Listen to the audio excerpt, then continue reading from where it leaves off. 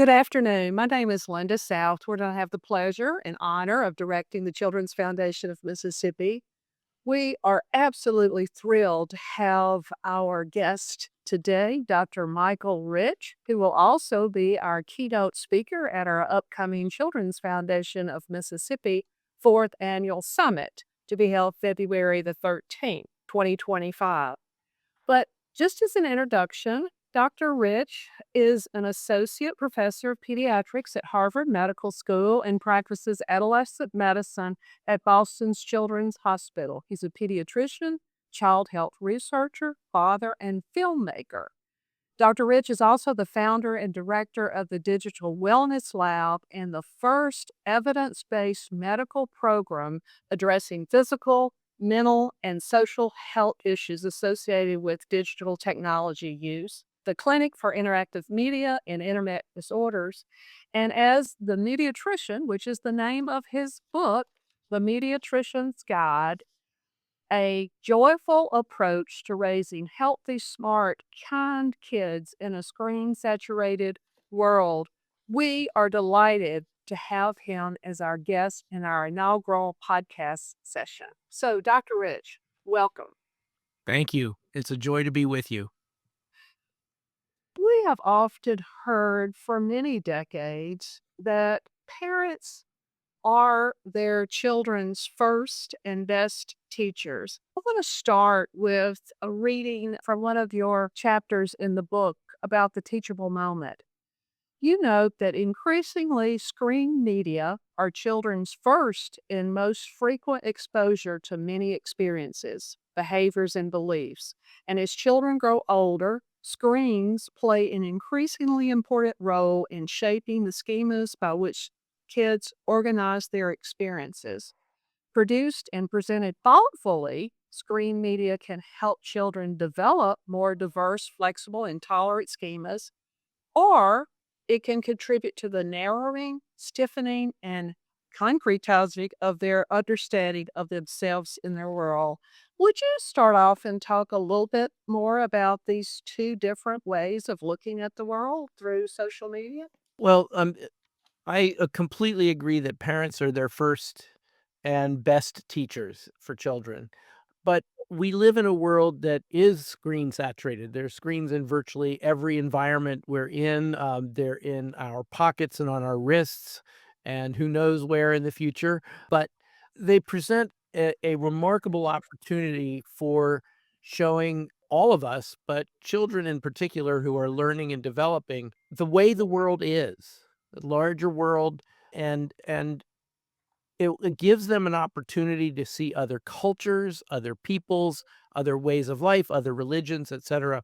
And that can be presented in a way that is positive and inclusive of those cultures and helping those children learn them, or as kind of a freak show, if you will, of look how different these people are. So I think that we have to be very careful about how we present and how their children receive these messages. And then it goes back to the parents again, which is co-viewing with the children and showing them things. Fred Rogers is, a perfect epitome of the way that television can be used to embrace, to support, to affirm, to love each other. And, you compare that to some of the entertainment things that are put in front of children's, like Power Rangers and things of that nature, where even though the intention is good, that these guys are superheroes, beating up bad guys, all that the kid receives from it is that's one way to relate to other people, is beat up people you don't agree with. So we have to be very, very careful about how we understand it, and we need to co-view with our children, particularly when they're quite young, and have an open dialogue with them, not just when they are toddlers, but right through when they are teenagers, when they are using various aspects of the digital ecosystem to explore their world, to understand their world, and frankly, to create their own persona for the world. Thank you. And yes, Mr. Rogers just evokes this universal feeling of goodness and kindness. And understanding who your neighbor is as we reflect back on that. And so with social media, the neighborhood has expanded immensely. It's global. And so when you think about the exposure that young children from various platforms and on through the teenage years and young adulthood, etc., are exposed to, it really is mind-boggling to think about that. But let's step back a little bit and give us some history, a brief overview of how the digital wellness lab began, because you've been a pediatrician for quite some time now. So, what were you seeing in your practice and an interaction that really catapulted you to do this? Well, the roots of the digital wellness lab actually started before I was a pediatrician. The first 12 years of my professional life, I was a screenwriter and filmmaker in Hollywood and in Japan. And I had an early midlife crisis, I guess, because I felt like film was not feeding my soul the way I needed it to. I wanted to be able to change hearts and minds, and it was really just kind of entertainment. So I had my early midlife crisis and went to medical school. And as I came out of medical school into my training as a pediatrician, was about the time when the American Academy of Pediatrics was starting to get really concerned about the effects of then television on children's um, physical health in terms of obesity, and mental health in terms of aggression and violence. And so I was asked by the Academy, since I had this deep experience in media, to help them sort of develop practice policies. And so for about 10 years, I served on a committee looking at this. I um, was writing practice policy statements to encourage pediatricians to include children's screen exposure as part of their medical histories, but realized as I worked this that there was a real dearth of good scientific research that looked at um, how we are changed by the screens we use and how we use them, and particularly how children are changed when they are in this more vulnerable, more open, more uh, available time in their lives to have it really direct the trajectories of their lives. And so, at around the turn of the millennium, we started doing research to really build out an academic center of excellence that did research that tried to turn that research into public education, but also education of our clinicians.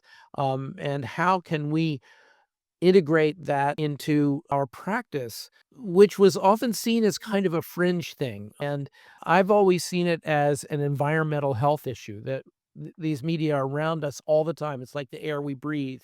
Um, and over time, people started to realize that it was really having an effect on not just their physical health in terms of obesity and sleep, but certainly their mental health and increasingly their social health as social interactions moved from in person to online over time. And one of the audaciously contrarian things that came about in terms of making the lab what it is today is that for a period of time, I was being asked to speak on these panels to national meetings where they would put me and someone from the tech world on the panel and they'd watch us argue. And of course, the tech people would come out and say, well, we're all for internet safety. And I would actually push back and I'd say, you've got to stop talking about internet safety, which would kind of knock them back on their heels and say, what? But we're the good guys. I said, no, but when you talk about internet safety, you presume the internet is unsafe. These children and teens are going to have to live and function and learn and interact on the internet. We can't approach it as, a cesspool. We have to approach it as part of the environment in which they need to function. And yes, there are problems in it, but just as there are problems in our own physical environment, we should address them and change them, but at the same time, learn to live with them because they're not going away instantaneously. And so at one point after one of these meetings, I was in a car going back to the airport with someone from one of the huge tech companies. And she said, Michael, you're so frustrating to talk to because I come in with this great message of internet safety and you keep debunking it and saying I shouldn't talk about that. You have to understand that we are an intensely competitive industry that is intensely secretive and utterly convinced we're the smartest person in the room. Um, this is the one place we can talk to each other instead of, just being behind closed doors and developing our products. And I said, instead of just talking to each other, what if you actually work together? What if you actually work together with people like me to have a second bottom line, which is to take care of those who use your product, to have the health and wellness of your users be another important goal of your strategy. And as a result, we developed this whole idea of instead of waiting until these products were out there and studying them and saying, hey, you're harming kids in this way or in that way, to actually do foundational research about the way we interact with screens and how they affect us and feed that simultaneously to the tech companies and to the consumers so that the tech companies would have a heads up of what is healthier and safer and the consumers would know what to ask for and hopefully that market forces will then move the the needle towards something better all the time.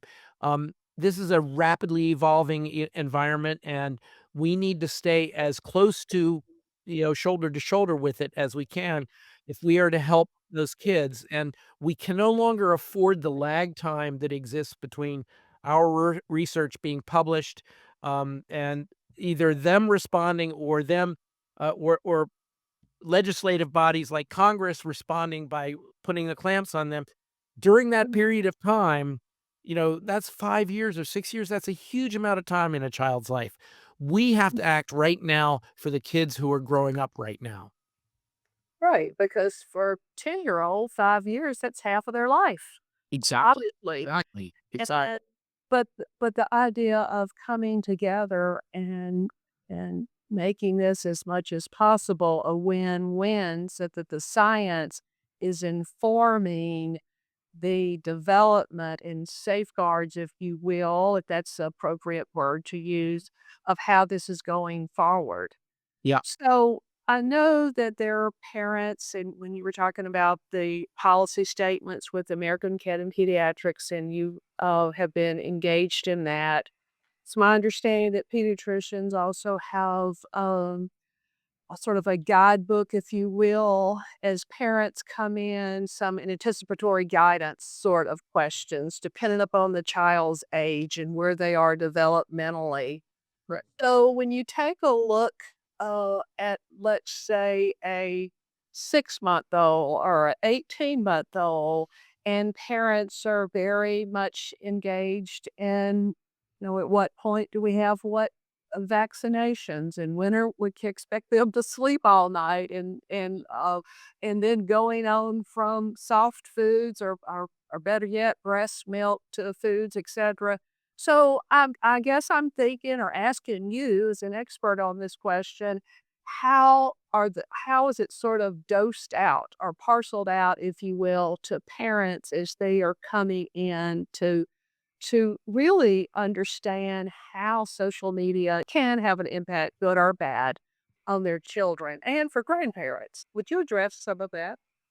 I love the fact that you brought up anticipatory guidance because this is kind of the key to why being a pediatrician is the greatest job in the world, which is that we, for the most part, are managing healthy kids who want to stay healthy. Anticipatory guidance is looking forward into the next few months or the next year as they after they finish their current exam, what to expect going forward. And I actually say in terms of screens and media, I start talking the earliest stages, not just because of the child's exposure to screens, but because of the parents' exposure to screens that they are monitoring for the child. For example, I think I have an example of this in the book, which is I had a mom who came to me and she couldn't understand, she was having problems breastfeeding, and she couldn't understand why her baby had absolutely no problem breastfeeding in the middle of the night when the baby woke her up, and then during the day. And I asked her, "Well, what does she do at night?" She said, "Well, I stagger over to the crib and I pick up the baby and I'm sort of half awake and I'm in the rocking chair and the baby is nursing and I'm half asleep and then I put the baby down and everything's cool." And I said, "Okay, so what do you do during the day?" And she said, "Well, I pick up the baby, I start nursing the baby, and then I pick up my phone and I call mom, or I watch the news on the TV or whatever." And he keeps pulling off the nipple. He keeps pulling off. And I said, "The most important thing, or maybe the second most important thing to the nutrition, but certainly neck and neck with it, is the baby's gaze. Babies can only see about 10 or 12 inches. And what are they staring at as they suckle? Mom's face." And that is precious, precious time for bonding. And when you are talking on the phone to your mom or watching the television, you're not looking at your baby, and your baby knows that. And she or he is going to be pulling off the nipple and trying to figure out what it is that's got your attention.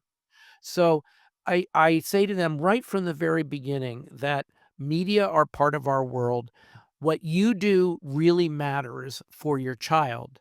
And in fact, one of the things in the book, as you I think know, is what I call the 5 M's. And the first M is model the behavior with screens that you want to see in your child. And so you don't want to be staring at a screen when your child is staring at you for that love and bonding that's going on. Exactly.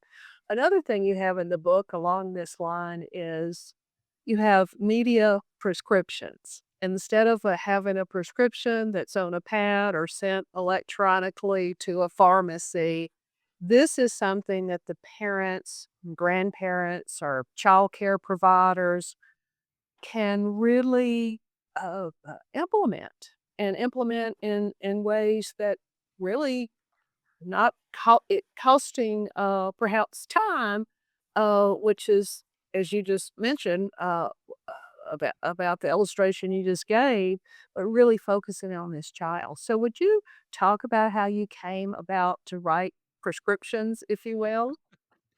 Well, Oh, it is let's see, very interesting, the world? right? Well, this book, is first and foremost a practical guidebook for parents to raising their digital natives. And it's very pragmatic. I don't veer off into theory or, hypotheses. It's built on a lot of good science, but basically the job of a pediatrician is to translate complex science into practical action steps for parents that they can do right now.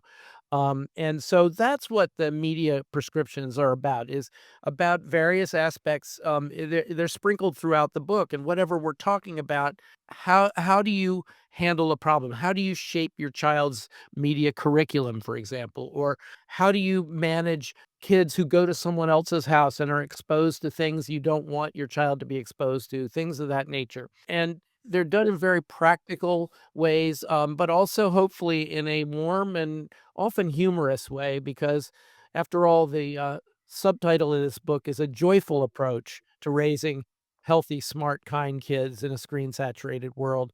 This is not about fear mongering or guilt inducing and telling parents that they've already messed their kids up. This is really about how to live in this world with them, have some fun, make some mistakes, forgive ourselves, and move on. Yes. So, what sort of changes have you seen in your practice from when you left Hollywood, if you will, to then become a pediatrician and find what you call is the best career around? And how does this? We talked about early childhood. Let's just talk about the teen years. How how are the prescriptions different there? Or are they different from modeling and mentoring and being a part of a child's interactions? Because as we know, teenagers are different. Teenagers are different, but the recommendations don't change that much. And I'll tell you why. I mean, let's talk about that first one, model the behavior you wanna see in your kids. One of the fairly subversive things I say to my teen patients once their parents are out of the room is, "What could your parents do better?" Almost always the first thing out of their mouths is, "Pay more attention to me." The parents are yelling at them to turn off Call of Duty while staring at their own smartphones for that all-important email from the boss or the new recipe on Instagram, whatever. And so I think that we have to understand that our teenagers really care about our attention and really care about us being there for them, even though they seem sullen and non-communicative. "What'd you do today?" "Nothing," right? Sort of thing. Um, Stick with them. And that actually plays into, 2 other M's, particularly as they grow up from children on, which is the first one is mentor, which is to mentor them in the use of each new device or platform or application. And what I'm the reason I use the word mentor instead of teacher, is that teachers, are kind of a one-way communication. The teacher teaches the student. Mentors learn as much from the mentee as the mentee learns from the mentor. And the parents, interestingly, have said to me many times, parents have said, "I dread the internet talk more than I dread the sex talk because I think I know something about sex. I know I don't know enough about the internet." And they don't want to be in that position where their child is teaching them. But mentors relish what they learn from the mentees and vice versa. So when your child wants a smartphone and you feel that she or he is ready for it, sit down and learn it with them. You will learn things. They will know things you don't know, even if you've had a smartphone for a while. And you learn it together in an atmosphere of curiosity, not of judgment or shaming. And that leads into the third M, which is important, which is to monitor, to be able to monitor your child's digital life, not to spy on them, but to be parenting them actively in the digital world where, frankly, they spend as much or more of their waking hours as they do in the physical world or focusing on the physical world. So, anyway, what we have to do is, with the mentoring, open the door to open conversation about what they're going to encounter on these screens, how they are going to use it. In other words, where they're going to go, where they're not going to go, and also what they think the consequences should be if they go beyond the guardrails. Um, Before they get that phone or that Instagram account or whatever, they'll happily say, "Oh, take it away from me for a week, this, that, or the other." Once they have that, there's no way you're gonna get that back. You're not gonna claw that one back. I think it's really important, though, to approach this not as something bad or scary, but as something that is a key responsibility of being a good citizen. Approach this incredibly powerful tool, a tool that is a million times more powerful than the computer that landed Apollo 11 on the moon, and approach it as that, as a power tool. Is my child responsible enough to manage this? Will she use it in ways that help and or harm her? And will she show respect for herself and others in her use of it? And then, as I say, you explicitly talk about what you do, what you don't do, etcetera, and then you see how it goes, but you also have their usernames and their passwords, not to spy on them, but to be present in their world, to monitor their use, to be able to monitor their use. which works interestingly because parents push back really hard against this. Of course, the kids push back hard. The kids could say, "I want my privacy," but the parents push back too because I don't have the time to be everywhere she is on social media or everywhere he is when he's gaming. But the fact is that if you can monitor it, they behave differently. And because they know that, should they come across uh, a hate site or pornography or something that disturbs and upsets them, it's not something that they instinctively wanna hide from you as if they've been bad, but something that you can work through with them and help them understand it. So model, mentor, and monitor all the way through adolescence. Yes, and these are so insightful and very pragmatic, as you mentioned earlier, to be a guide for parents and grandparents and teachers, etc. I don't know, and I'm asking you, what would be an appropriate age? I know children, as we said earlier, developmentally are different, but is there like an age of which no cell phone is appropriate? Of course, of course. And I asked that question because also in Mississippi and other places throughout the country, there has been some discussion and some policies on school districts on the use of cell phones within the school day. Not that they are not saying that children or youth can have cell phones, but during the school day, then they are off limits. So I'd love for you to talk some about that and um, if you will. Absolutely. Well, first of all, I can't stand the word ban. Anybody says I'm going to ban this from you, I'm going to do it. And if I'm going to do it, certainly the adolescents that I take care of are going to do it. Right? I mean, it just sparks the rebellion in you. Um, so the approach I take is the same as we just talked about, which is that these are powerful tools that do many things in amazing ways. Can get us to travel around the world in a flash, can expose us to all kinds of new learnings, some of which are not so good, but many of which are very interesting and good and mind expanding. Um, but let's think about how that tool fits into the main point of a school day, of what school is. School has a twofold role in our children's lives. The first is the didactic learning of math and Spanish and science and literature, whatever. Um, this powerful device is a distraction from that. I've had high school teachers talk to me about their students randomly smiling at their knees in class, right? So uh, th- this is a real issue is around distraction. So that's a problem around class time or instructional time. Some schools say, well, let's ban it for instructional time, but they can have it otherwise.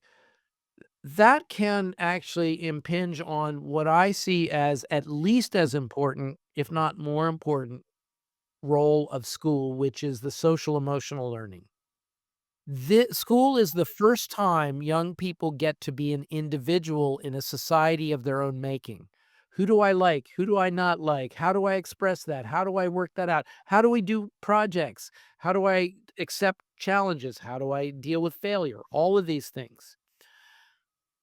If they have a smartphone in their pocket and mom or dad can drop in on them at random intervals all day long, "How'd you do on that quiz?" Or, "I need to talk to your teacher." "What's going on in the playground or in the lunchroom?" And, they don't have the opportunity to figure those things out for themselves, to understand how to get along.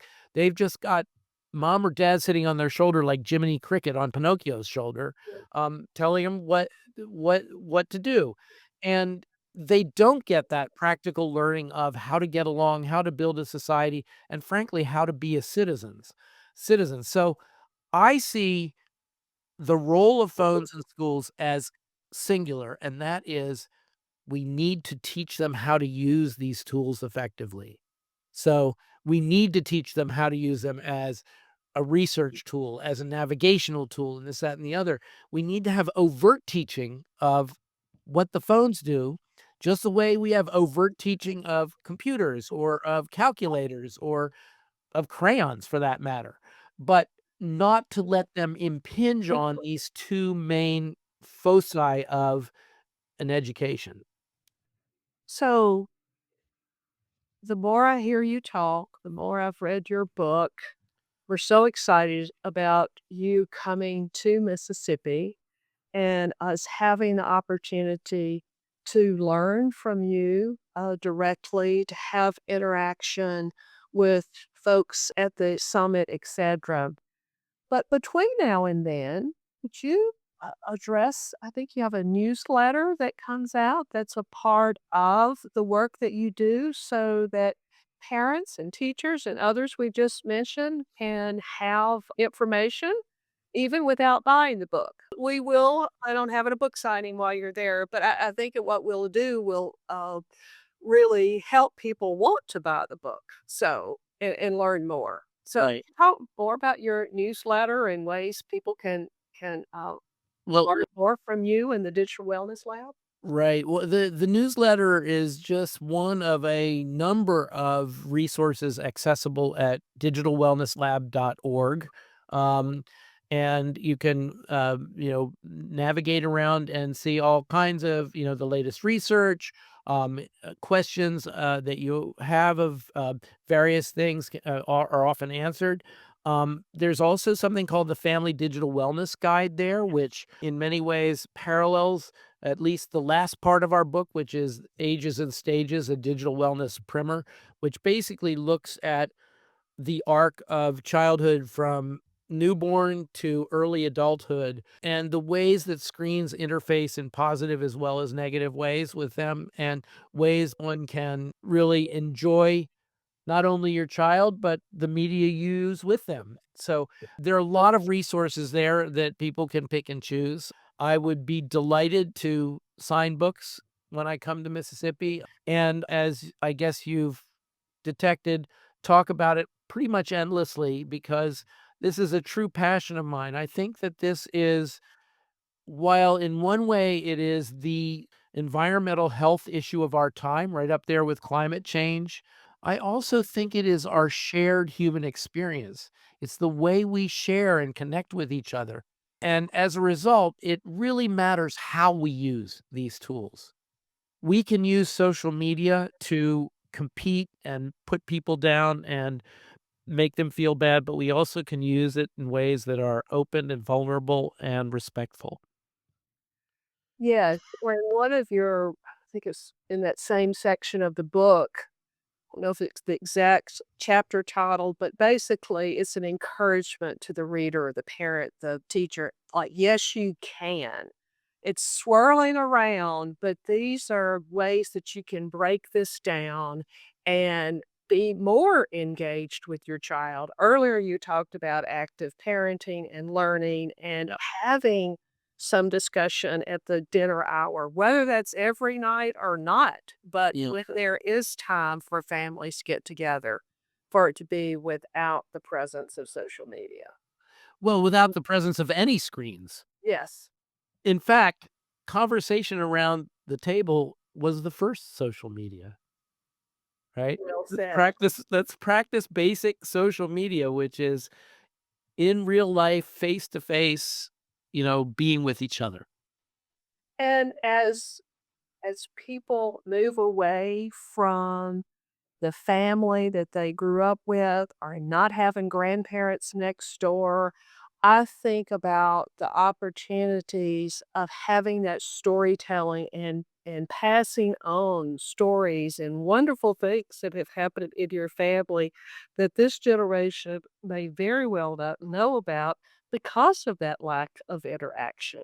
Right. So I love the way that you have put so many specific things, concrete, that parents and readers teachers can avail themselves to.